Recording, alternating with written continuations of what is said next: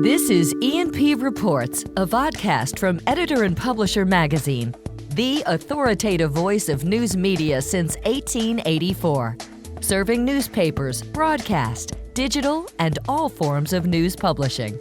And greetings once again, Mike Linder, publisher of E&P Magazine. Housekeeping as usual. Listening to us on whatever flavor of podcast platform turns you on, please follow us. Watching on the YouTube channel, smash that little subscribe button below me, hit the bell to the right. You'll get an update each and every time we upload a new episode of E&P Reports. Speaking of visuals, since only about 18%, Ryan, of our audience watches. Did you know that? It's all I didn't. audio. That's great, though. Well, it's really, looking at our metrics, it's Apple and Spotify. Those are the There you go. There you go. There's data. If you're into news media, those are where you. But if you're watching, I did cut myself shaving this morning. We can make fun of this little bump on my lip because I don't know why I'm bringing attention to it, because I feel like I'm Mike Pence with a little, bug on my head or something. But anyway, Ryan Dohrn, not only are you a friend, and I've known you for 2 decades, you are now part of the famous club. This is your 3rd appearance on E&P Reports. Outstanding. You joined Ken Doctor.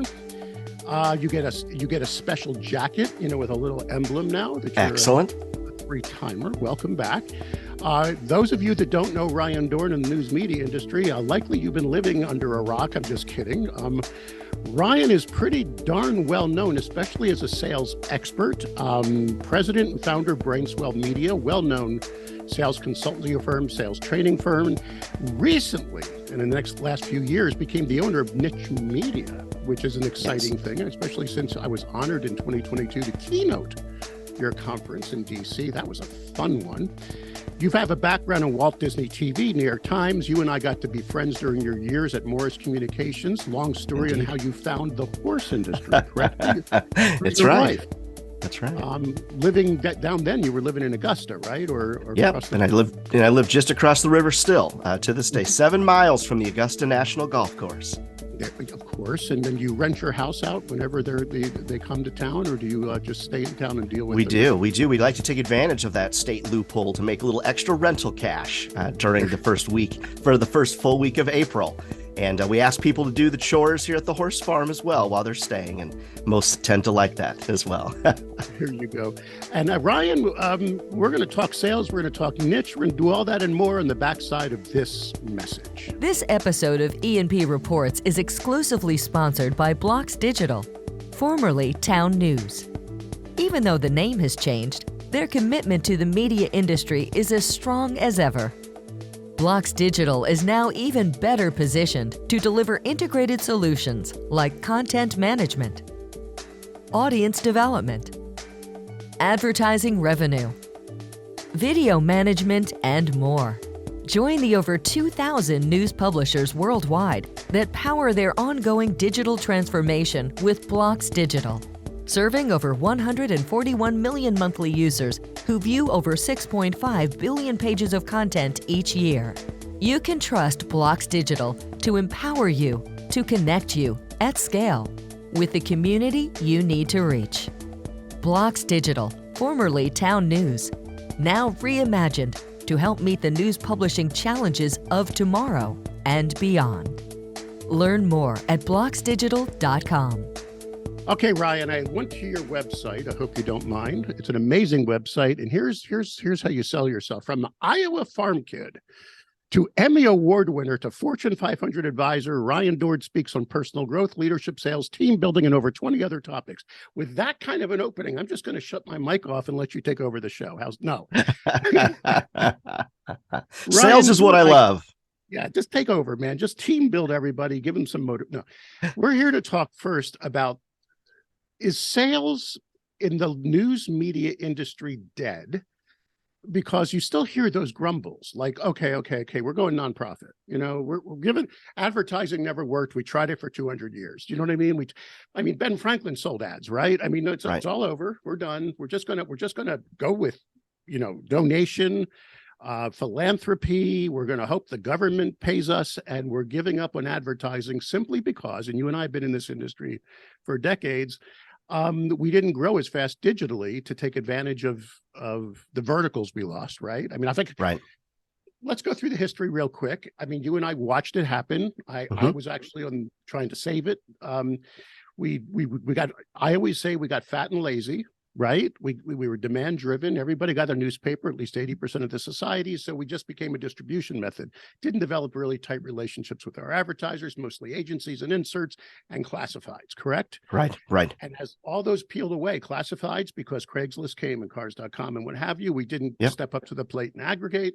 Inserts, well, that's just the way of the world now. It's, paper's expensive, but more importantly, the relationships. We weren't really hyper local in making those tight relationships with local businesses. Where are we today?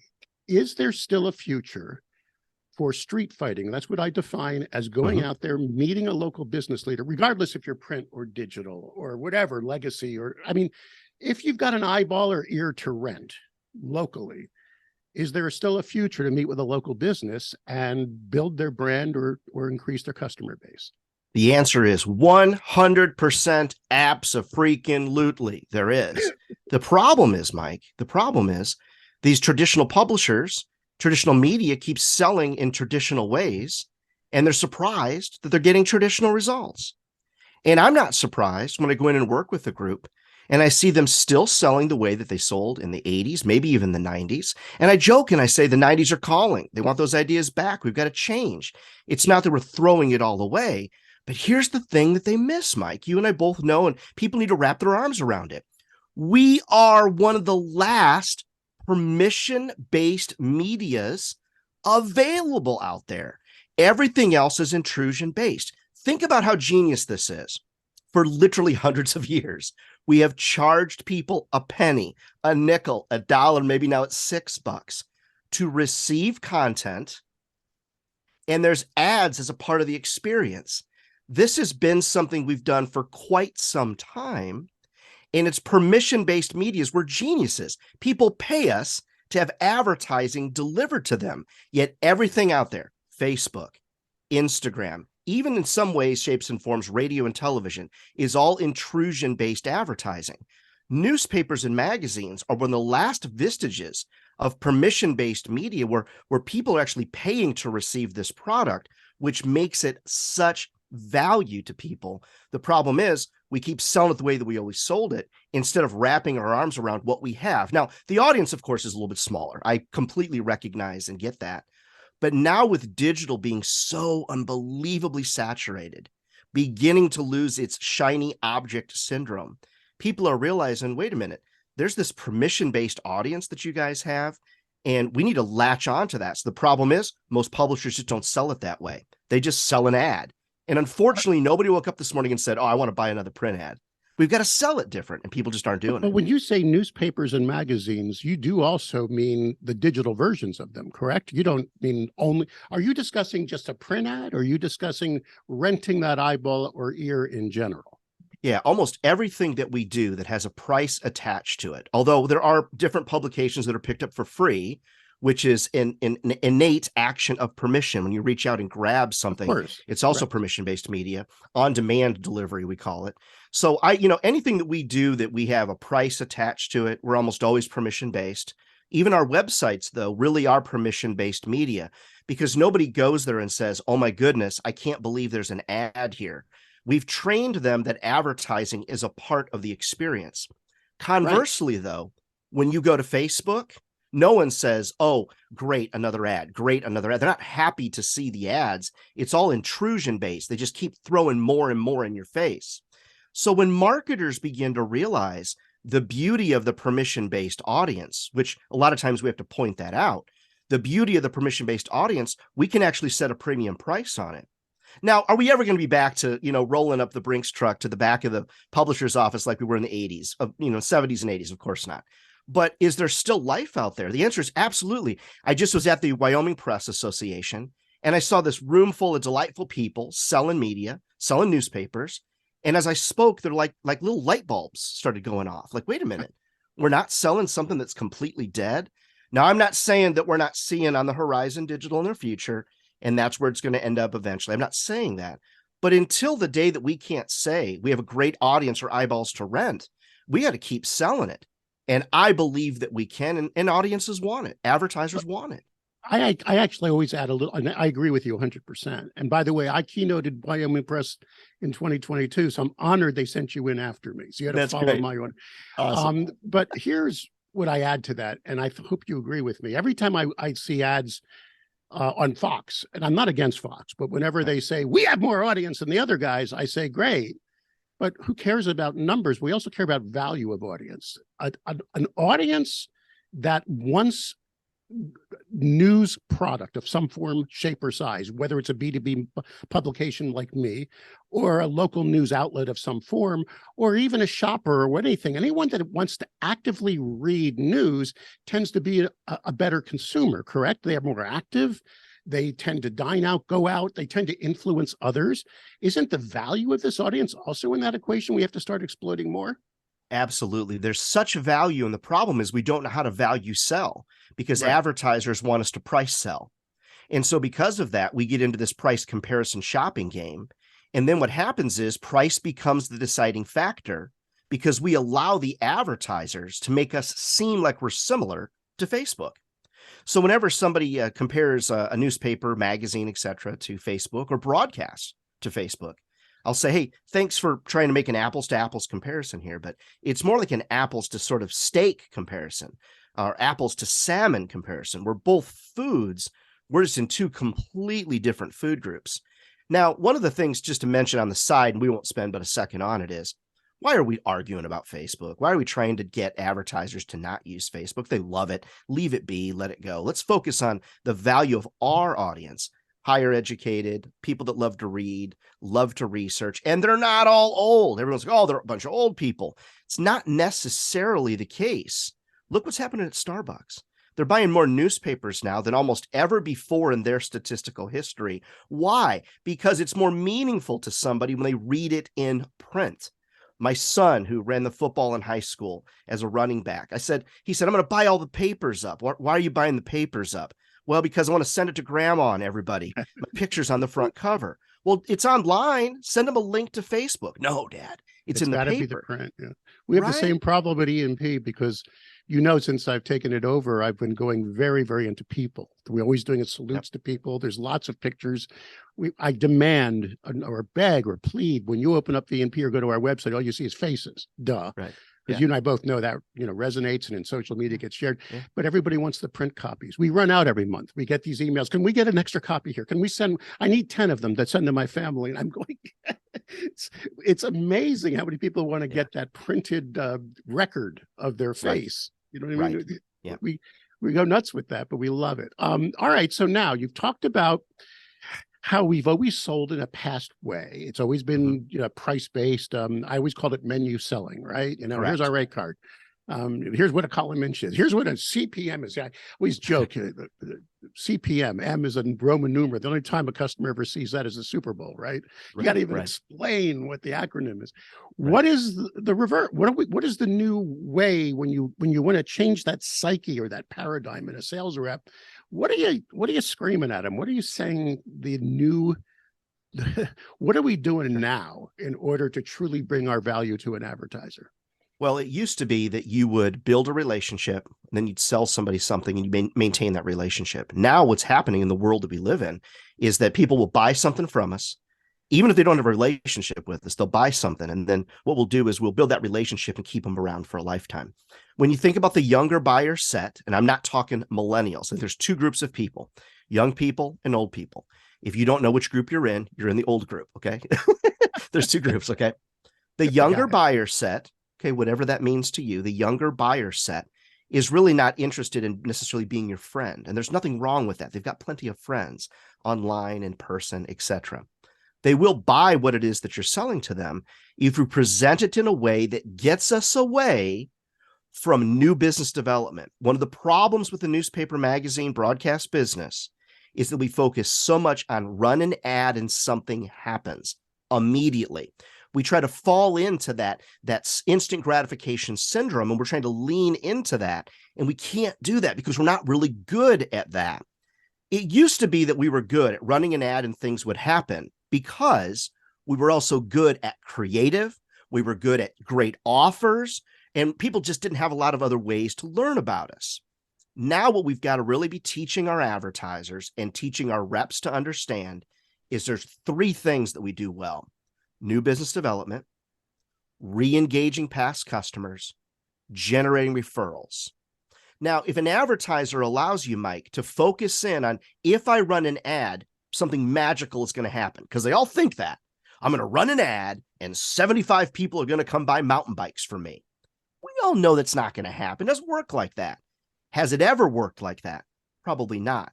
So what I'm training these reps to do and advertisers to understand is they're way more than a one-trick pony. Because if we only sell based on new business development, we're actually missing out on what we're actually really good at, which is re-engaging past customers and driving referrals. Yet we let the advertisers force us into this new business development threshold. We can never meet it. And because we can't meet it, then we look like failures. So it really is a retraining of the sales rep's mind. And I'm still selling packages. Heck, I still sell the packages that you first started when we first worked together. Good, better, best, gold, silver, bronze, present, competitive, dominant. But we're selling them differently.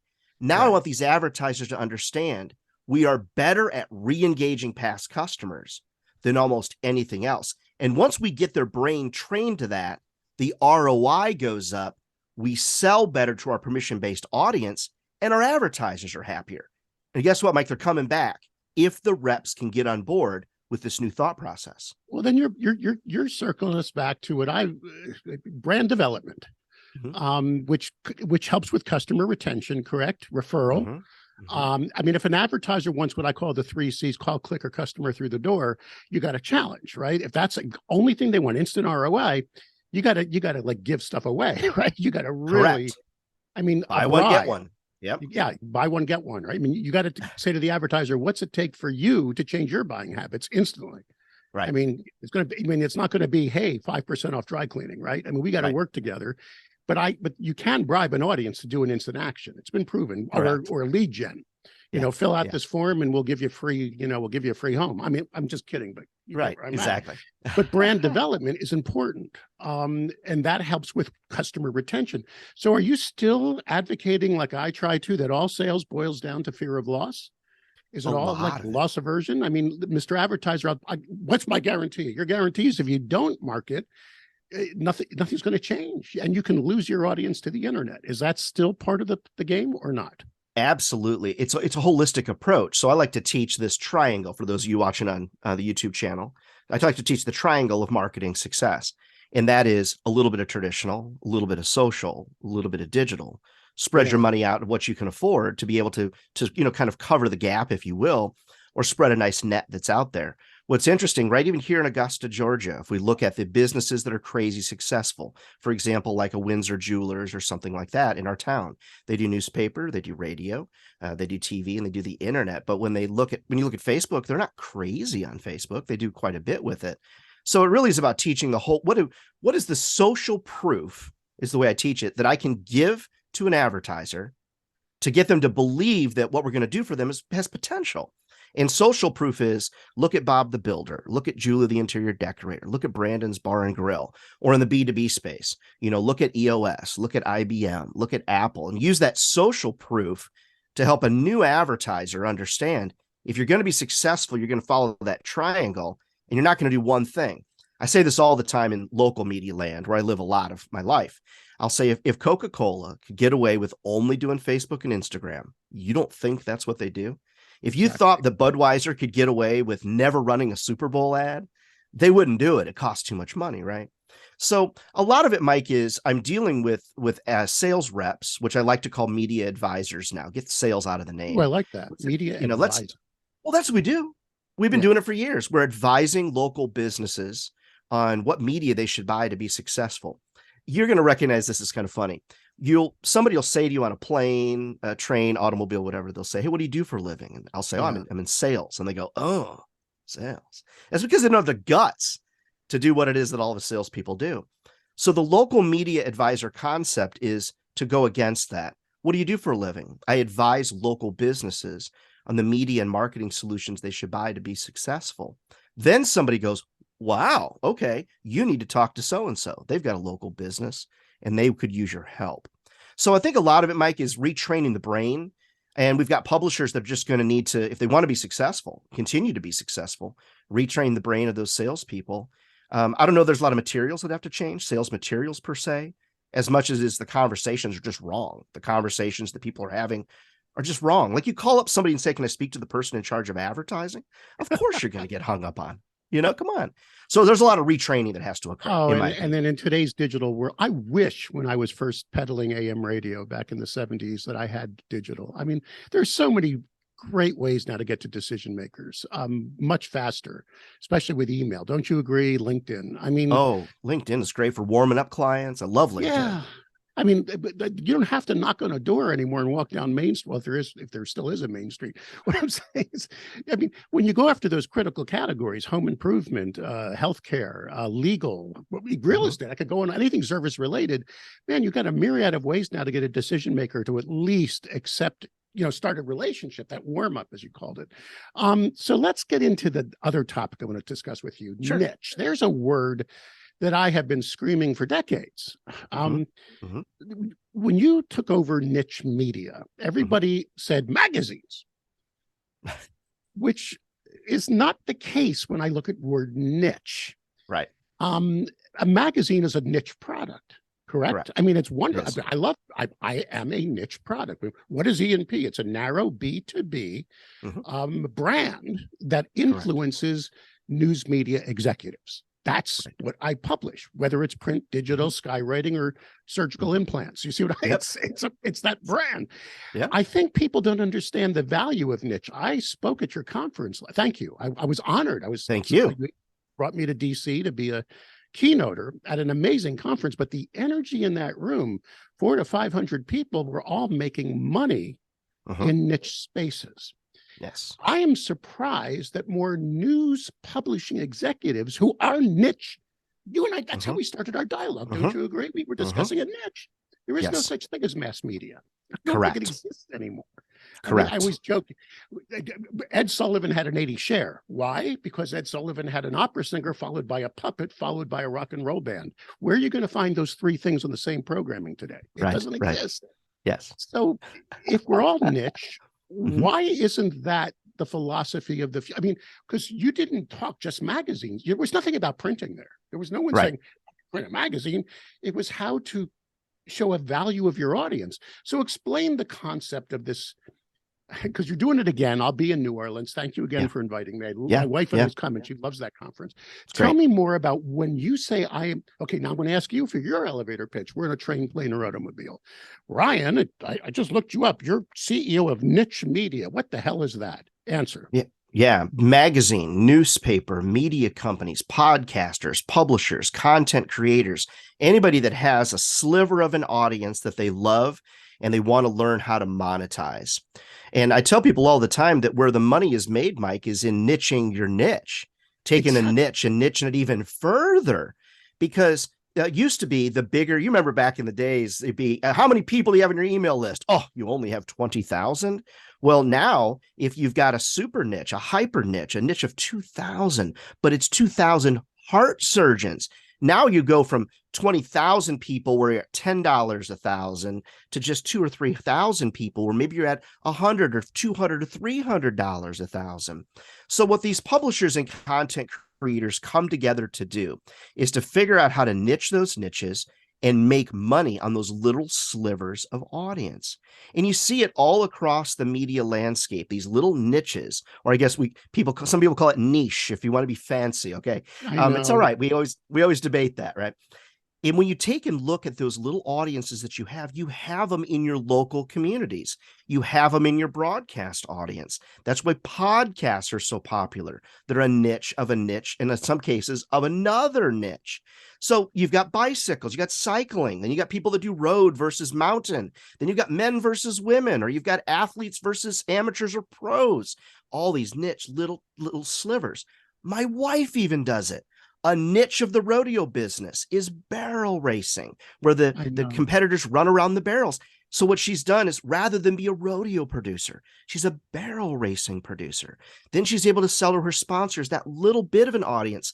So she wants barrel racers, but they all have 3 or 4 dogs. Well, now we're able to sell to Hill Pet Food for those little dogs. So when you think about little Oolaga, Oklahoma, where I lived for a couple of years, they had a little small town paper, 3,500 readers, but they had one of the nicest lakes in the state.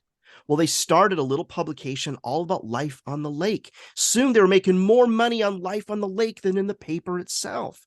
There's these little slivers of life all across America. And those little slivers are worth money, Mike. It's a simple strategy call to get your folks on board with it. Do some print, though.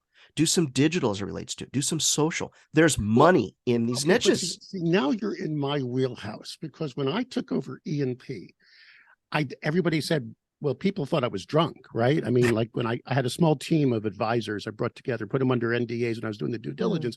This thing's dead. The brand wasn't dead.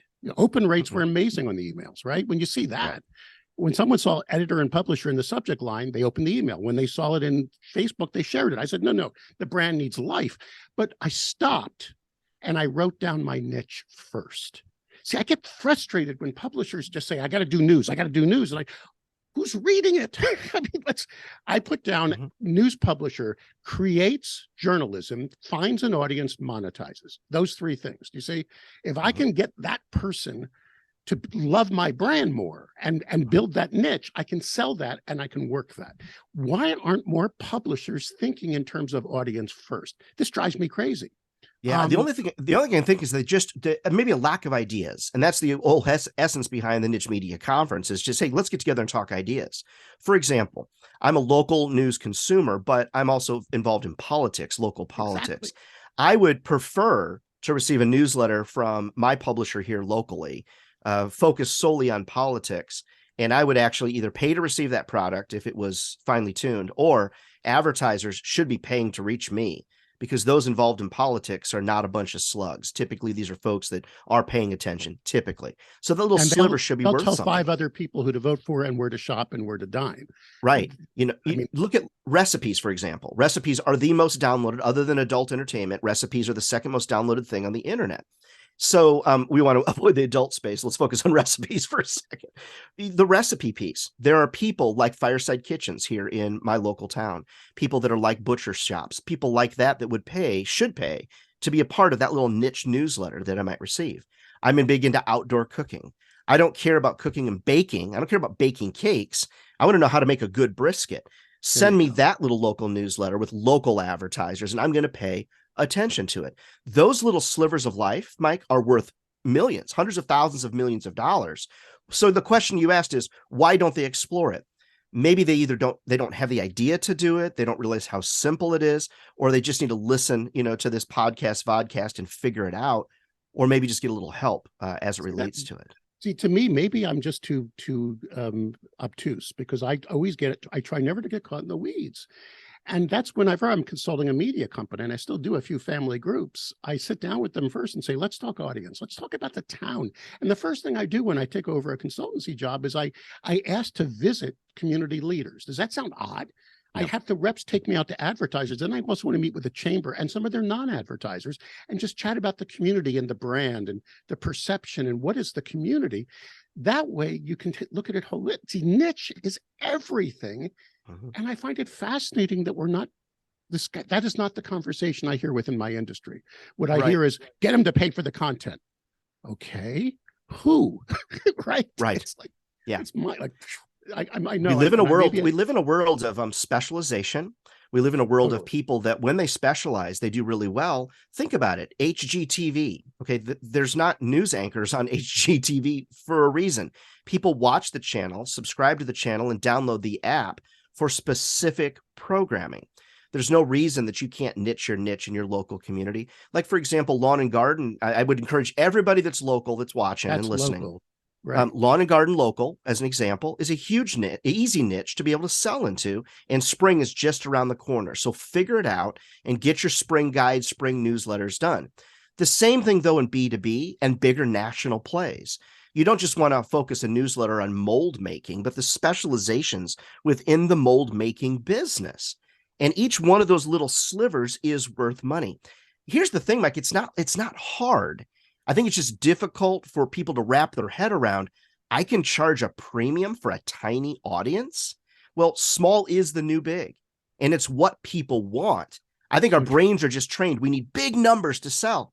We actually don't. The smaller the number, the more highly focused the niche is, the more it's worth. That's where it's at. Every advertiser that understands marketing and advertising today gets that because they learn that on Facebook, right? The first thing they learn is how to buy Facebook, which is easy. And what Facebook does is teaches you to niche. Right. It doesn't say how many people. It's immediately discussing demography with you. It doesn't say that word to confuse you. Who are you targeting? I always define, okay, here, this is how I do it. Again, I know I'm obtuse and I know I'm too simple. He said self-effacingly on his own program, but I always define niche as young, old, rich, poor, near, far, man, woman. Does that make sense? Whenever I take a publisher aside, I say, let's get the little sliders going. Young, old, rich, poor, near, far, man, woman. He goes, yeah, let's try to figure that out, and then understand the value of that. 20 weeks going on, but we got to bring this home. There is a conference coming up. I am honored to be at again. I'm going to be talking, guess what? Podcasting, which has been extremely. Why doesn't everybody have 5? I got to tell you, if you're not doing this kind of stuff, it's so easy to do. It really built our brand and our audience. We have whole new audiences coming in thanks to this program, especially when we interview incredibly popular people like you who share it. You see, it's just so. Everybody should be doing podcasting, but I'll be doing a panel on that. But again, let's remind everyone, it's in New Orleans, correct? This spring. It is. So it's April 26th through 28th. And unlike other conferences that feel today like you're going to a funeral, the Niche Media Conference is vibrant and full of life. And that's one of our goals, is it should be a tremendous amount of fun and networking. But here's the sad part. A lot of newspaper folks think, I can't learn from magazines. Magazine people think they can't learn from broadcast. B2B thinks they can't learn from consumer. And that is not true. There is so much cross-pollination of revenue and ideas. So the whole focus of the Niche Media Conference is to bring like-minded people together that just want to make money. Now, I'll be doing sales training, so bring your salespeople. Publishers attending, your track with our friend Carl Landau talking about podcasting. Talk about a niche. That guy took pickleball media, the playing of pickleball, turns it into a podcast, then writes a Wiley book, Pickleball for Dummies, and now has made several $1 million, all starting with a little niche podcast about pickleball. Come on. So I think that the Niche Media Conference is just the perfect place for people that are looking to make money. And heck, how can you not have fun if you're going to be in New Orleans? That's for sure. What's the and the website's Niche Media, right? It's nichemediaevents.com, nichemediaevents.com. And for any folks that are listening to this, I want you to have a special little gift from me. If you're looking, you can save 25% when you go sign up. Just type E&P, just like you see it on the screen, E&P. And that'll drop your ticket price 25%. And that's my gift to all of your listeners and readers. Mike. And those of you that are listening, we'll make sure we put that on the page at editorandpublisher.com/podcast. Yes, I let Ryan do a commercial for his conference, but damn, it was a great conference. I left there. My wife and I left there with such energy, and you did it in one of my favorite places. If I may, I love the Torpedo Factory in Alexandria. My mom was an artist before, she used to take me there. It was just fun. Everybody you met was energetic. Everybody was just turned on by a positive future. As you said, It wasn't nowhere in that conference were people saying, let's avoid death. Right. What they were saying is, how can I advance more and make more money? Right. And I met some of the most successful publishers I've ever met. That as you said, I sat at a table with someone who runs 5 magazines for just airline industries. I mean, just exclusive fly. I mean, and fascinating how we were sharing ideas. And again, just a fun conference. So I hope Parking Lot Today, my favorite. Parking Lot Today, a magazine all about people that own parking lots. I mean, there's money, and there's money there. That's the crazy thing, right? Niche, or niche, if I should be so bold. I call it Ryan niche. Dohrn, Emmy award-winning Ryan Dohrn. Thanks for your valuable time. You stay healthy and well, and we'll see you in New Orleans. You as well. And I look forward to you recovering there from your little incident as well. So.